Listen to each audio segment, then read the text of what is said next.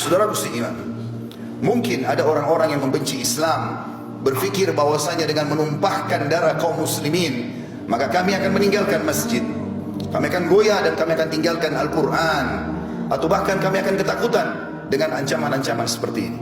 Demi Allah, dari atas mimbar ini kami sampaikan bahwasanya kaum muslimin begitu tertumpah darah para syuhada tidak menambah kecuali keberanian pada mereka, tidak akan menambah kecuali semangat kami memenuhi masjid, tidak akan menambah kecuali kami kembali kepada kitabullah Al-Quran, dan kami makin yakin dengan janji Allah Subhanahu wa taala.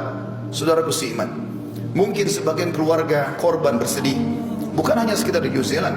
Beberapa waktu lalu kita lihat pembantaian umat Islam secara massal, dibakar di Myanmar, di Cina, berapa banyak korban di Palestina, dan sebelumnya Sarajevo dan beberapa wilayah-wilayah yang lain. Mungkin di mata sebagian keluarga mereka sedih, tapi di mata kami yang sudah memahami secara hukum syar'i, ini berita gembira. Allah Subhanahu wa taala memilih para syuhada. Selalu dalam sejarah, kata para ulama, peperangan jihad yang benar sesuai dengan Al-Quran dan Sunnah, dari zaman Nabi alaihi salatu wassalam, perang Badar, perang Uhud, Fathi Makkah, Hunain, dan peperangan-peperangan yang lain, termasuk akhirnya adalah Tabuk sebelum meninggal Nabi alaihi salatu wassalam. Peperangan dipimpin oleh Khulafaur Rasyidin dan para khulafa yang datang setelahnya, sampai terakhir dinasti Utsmaniyah. Bahkan beberapa wilayah masih bergejolak seperti di Palestina, beberapa tempat yang lain. Semua itu jumlah syuhada jauh lebih sedikit daripada jumlah yang hidup. Karena kata ulama, karena memang Allah memilih siapa yang paling ikhlas, siapa yang paling layak mendapatkan mati syahid itu, maka Allah Subhanahu wa taala memilih mereka.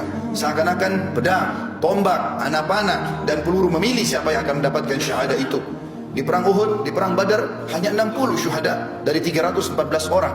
Di perang Uhud hanya 70 syuhada dari 700 orang, kurang lebih 10% saja. Dan seterusnya, semua peperangan dalam Islam umumnya syuhada lebih sedikit. Kata para ulama, siapapun yang masuk di kancah jihad, kemudian memang betul-betul dia niat untuk berperang, maka pastikan dia tidak akan mati kecuali memang dia menginginkan syahadah itu. Meninggalnya Abdullah bin Haram, Amr bin Jamuh, Mus'ab bin Umair, Hamzah bin Abdul Muttalib, dan beberapa sahabat Nabi ridwanullahi alaihim di perang Uhud, karena mereka sudah bertekad dari malam harinya, berdoa sepanjang malam tidak tidur, berharap agar esok harinya mereka mati syahid. Orang-orang yang tidak meminta itu, maka tidak akan diberikan oleh Allah Subhanahu wa taala. Jadi dari satu sisi mungkin ada keluarga mereka yang merasa bersedih, tapi sisi yang lain kami cemburu melihat mereka karena telah mendapatkan syahadah. Betapa banyak yang Allah janjikan bagi para syuhada akan kita dengarkan pada kesempatan kita kali ini. Namun sebelumnya teman-teman sekalian, kita akan membaca firman Allah Subhanahu wa taala yang kekal ditilawahkan oleh orang beriman sampai hari kiamat dalam surah Al-Imran ayat 133, dimulai dari situ sampai ayat 150. A'udzubillahi minasyaitonir rajim. Wasari'u ila maghfiratin min rabbikum wa jannatin 'arduha as-samawati wal ard uiddat lil muttaqin.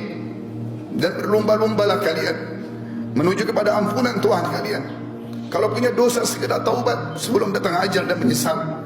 Dan kejarlah surga yang luasnya seluas langit dan bumi, hanya disediakan untuk orang-orang yang bertakwa. Surga, kata para ulama di sini dikatakan kejarlah. Kata para ulama tafsir, kejar apapun yang bisa membawa kau masuk ke dalam surga, termasuk puncaknya adalah mati syahid di akhir hidup. Di ayat 134-nya, alladzina yunfikuna fis sarra'i wad dharra'i wal qadhimina al ghaidha wal 'afina 'anil nas wallahu yuhibbul muhsinin. Ciri mereka yang segera berlomba-lomba kepada ampunan Tuhan mereka dan surga, diantaranya mereka sibuk menafkahkan harta mereka, baik di waktu lawang, di waktu lapang ataupun sempit, kaya ataupun miskin, mereka sibuk mengejar akhirat mereka. Dan orang-orang yang menahan amarahnya, orang banyak memfitnah, menggibah, tapi dia justru mengontrol emosinya. Dan juga orang yang suka memaafkan orang lain, maka Allah menyukai orang yang berbuat kebajikan. 135-nya. والذين إذا فعلوا فاحشة أو ظلموا أنفسهم ذكروا الله فاستغفروا لذنوبهم ومن يغفر الذنوب إلا الله ولم يصروا على ما فعلوا وهم يعلمون. Dan juga orang-orang apabila mereka melakukan perbuatan keji atau dosa, atau mereka menganiaya diri mereka, mereka ingat kepada Allah, lalu mereka segera memohon ampun terhadap dosa-dosa mereka. Dan siapa lagi yang dapat mengampuni dosa selain daripada Allah? Dan mereka tidak meneruskan perbuatan keji mereka itu sedang mereka mengetahui. Artinya taubatnya nasuha, mereka taubat dari zina, dari riba, dari bohong, mereka tidak mengulanginya lagi.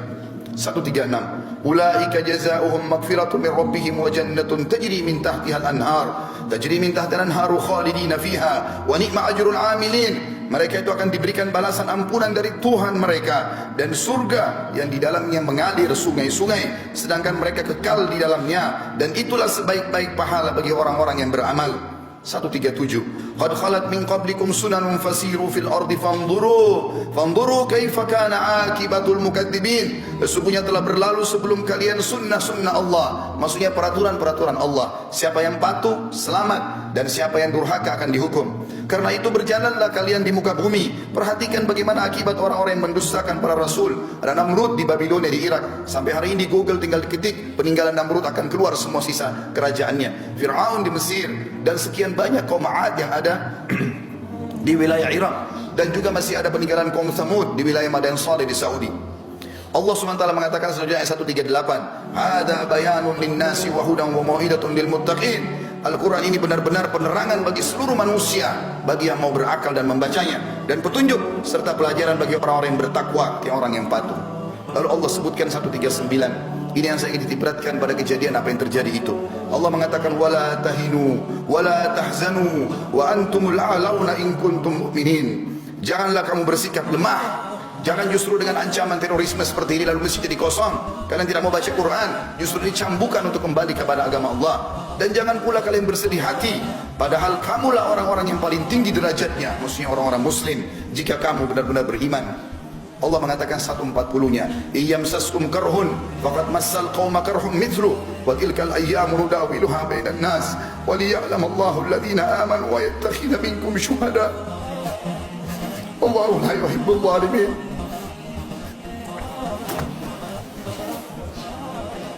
Yang tiga, seandainya di perang Uhud, ayat ini turun pada perang Uhud.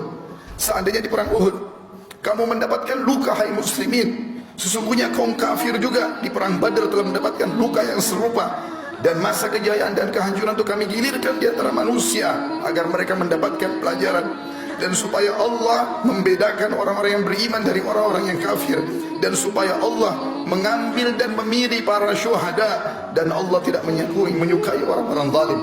Kata ulama tafsir, khusus ayat 140 ini berarti orang-orang yang mati syahid Allah pilih secara khusus karena ikhlas niat mereka.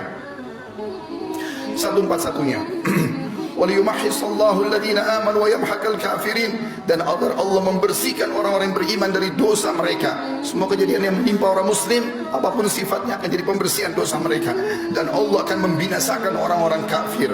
142 Am hasibtum an tadkhulul jannata wa lamma ya'lamillahu alladhina jahadu minkum wa ya'lamus sabirin.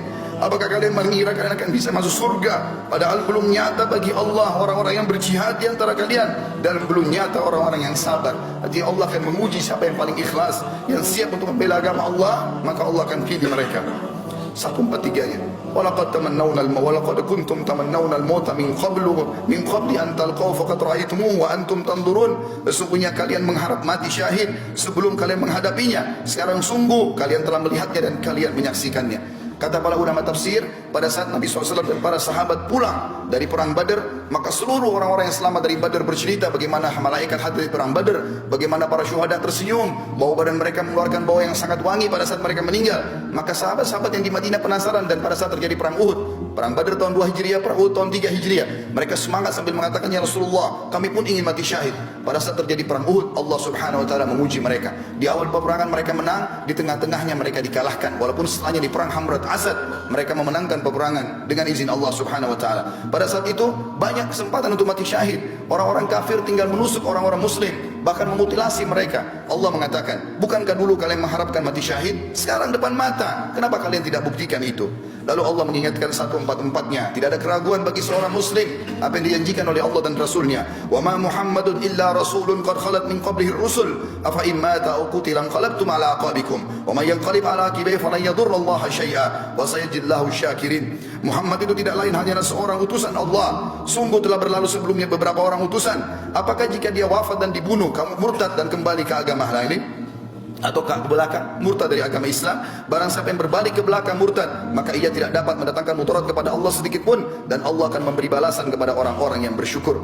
Artinya pada saat itu ada berita yang disebarkan oleh Ibnu Khami'ah, seorang kafir, naudzubillah, yang telah membunuh Mus'ab bin Umair radhiyallahu anhu. Dia menyebarkan isu kalau dia membunuh Nabi alaihi salatu wassalam. Para sahabat sempat drop pada saat itu, termasuk Umar bin Khattab pun duduk di tanah meletakkan pedangnya. Nanti setelah lewat seorang sahabat yang mulia, Anas bin Nadhr radhiyallahu anhu, yang kemudian dengan kencang dia memicu kudanya menuju ke pasukan kafir sendirian. Maka Umar mengatakan, wahai Anas, kau akan pergi kemana? Dia mengatakan, demi Allah wahai Umar, aku mencium bau surga ada di sana. Aku mencium bau surga ada di sana. Tinggal aku menerobos orang-orang kafir dan mereka membunuhku, aku akan masuk surga. Lalu Umar mengatakan, wahai Anas, bukankah Rasulullah SAW telah dibunuh oleh orang kafir? Kata Anas kata Umar kalimat itu tiba-tiba membangkitkan semangat kami kembali. Dia mengatakan, kalau memang Rasulullah SAW telah terbunuh syuhada sebagai syahid di medan perang ini, maka bangkitlah kalian untuk syahid bersamanya. Maka kata Umar bin Khattab, dan bersama juga dengan Mu'adz bin Jabal, bersama dengan Sa'ad bin Mu'adz radhiyallahu anhu, dua sahabat yang terkenal keberaniannya, menyusul sampai kata Sa'ad radhiyallahu anhu, yang pada saat meninggal dia arsy-Nya Allah goncang. Dia mengatakan, ya Rasulullah, kami berusaha mengimbangi Anas bin Nadhr dan kami tidak mampu. Dan pada saat meninggal ditemukan hanya potongan-potongan badannya saja yang dikenali oleh adik perempuannya. Lalu Allah mengatakan 145 menjelaskan kepada kita, bagi muslimin yang masih takut untuk mati, apalagi mati syahid, ini semua adalah ketakutan yang dimasuki oleh waswas syaitan. Karena memang orang pasti akan meninggal pada saat itu, tapi mulialah orang yang meninggal syahid itu sendiri. Allah mengatakan 145-nya, wa ma kana li nafsin an tamuta illa bi idnillahi kitaban muajjala wa man yurid thawabad dunya nu'tihi minha wa man yurid thawabal akhirati nu'tihi minha sanajzi syakirin. Siapa, semua jiwa, semua yang bernyawa tidak akan mati melainkan dengan izin Allah. Kita biar keluar berperang, biar berhadapan sama musuh, biar lagi dalam keadaan bagaimanapun tidak akan mati kecuali ajalnya sudah datang. Sebagai ketetapan yang telah Allah tentukan waktunya. Barang siapa yang menghadapi pahala dunia, dia hanya ingin mengejar kehidupan dunia, niscaya kami berikan kepadanya kebaikan dunia itu. Dan barang siapa yang menghendaki pahala akhirat, maka kami akan berikan kepadanya pahala akhirat, dan kami akan memberi balasan orang-orang yang bersyukur. 146-nya, wa ka'ayyin min nabiyyin qatala ma'ahu ribbiyuna katsirun fa wahanu lima asabam fi sabilillah wa ma dha'ufu mastakanu wallahu yuhibbus sabirin. Dan berapa banyak nabi yang berperang bersama-sama, mereka sejumlah besar dari pengikutnya yang bertakwa, yang patuh. Mereka tidak merasa menjadi lemah karena bencana yang menimpa mereka di jalan Allah, dan tidak lesu dan tidak pula menyerah kepada musuh. Allah menyukai orang-orang yang sabar. 147-nya, wa ma kana qaulahum illa an qalu rabbana ighfir lana dhunubana wa israfana fi amrina wa tsabbit aqdamana wansurna 'alal qaumil kafirin. Ini doa yang dianjurkan dibaca dari zaman Nabi SAW sampai hari kiamat nanti bagi orang-orang mukmin yang sedang diuji. Tidak ada doa mereka pada saat mereka sedang menghadapi musuh, menghadapi cobaan, kecuali mereka mengatakan, ya Tuhan kami, ampunilah dosa-dosa kami. Artinya kalau kami takut, berarti ampuni dosa kami itu ya Allah. Dan tindakan-tindakan kami yang berlebih-lebihan dalam urusan kami, dan tetapkanlah pendirian kami, dan tolonglah kami terhadap orang-orang kafir. 148, fa'atahumullahu thawabad dunya wa husna thawabil akhirah wallahu yuhibbul muhsinin. Karena itu Allah memberikan kepada mereka pahala di dunia dan pahala yang baik di akhirat, dan Allah menyukai orang-orang yang berbuat kebaikan.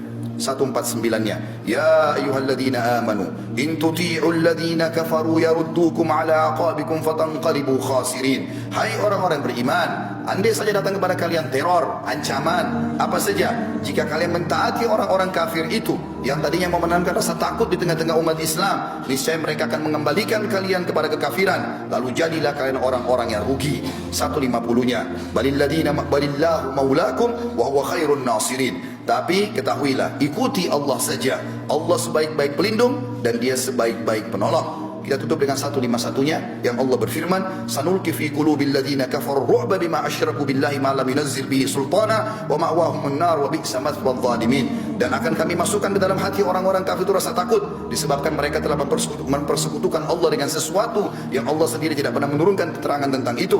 Tempat kembali mereka adalah neraka, dan itulah seburuk-buruk tempat kembali bagi orang-orang yang zalim. Saudaraku seiman, orang-orang yang mati syahid banyak sekali. Bisa mati di medan perang, bisa juga mati dengan cara yang lain. Sebagaimana cukup banyak ditanyakan oleh Nabi SAW dalam hadis Bukhari kepada para sahabatnya, siapa yang kalian anggap orang mati syahid? Maka mereka mengatakan, yang mati di medan perang ya Rasulullah. Kata Nabi SAW, kalau begitu syuhada umatku sangat sedikit. Ketahuilah, siapa yang meninggal kena penyakit perut, siapa yang meninggal kena penyakit taun atau pes, dan siapa yang meninggal karena membela dirinya, membela keluarganya, membela hartanya, maka semua itu dihitung mati syahid.